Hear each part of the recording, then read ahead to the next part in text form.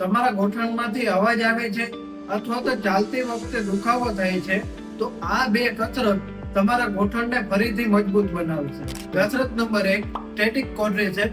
એના માટે પહેલા આવી રીતે સીધા સૂઈ જાઓ. પછી એક રૂમાલ લ્યો, તેને રોલ કરી ગોઠણ નીચે મૂકવાનું અને પંજો તમારી તરફ ખેંચવાનું અને ગોઠણ નીચેની તરફ પ્રેસ કરવાનું. 10 સેકન્ડ માટે હોલ્ડ કરવાનું છે, ધેન રિલેક્સ. આ કસરત તમારા ગોઠણના આજુબાજુના સ્નાયુને મજબૂત કરશે. બીજી કસરત ની એક્સટેન્શન. એના માટે આવી રીતે ખુરશી ઉપર બેસી જાઓ અને પછી તમારો પગ હવામાં આવી રીતે ઉપર કરવાનો અને પગના પંજાને તમારી તરફ ખેંચવાનો.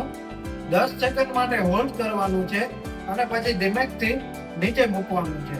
આ કસરત તમારા ગોઠણમાં આવતા ગાદીના પ્રેશરને ઘટાડશે અને શરીરમાં લોહીનું પરિભ્રમણ વધારશે. તમને સીડી ચડવામાં વધારે તકલીફ પડે છે કે ઉતરવામાં? કમેન્ટમાં જરૂરથી જણાવજો.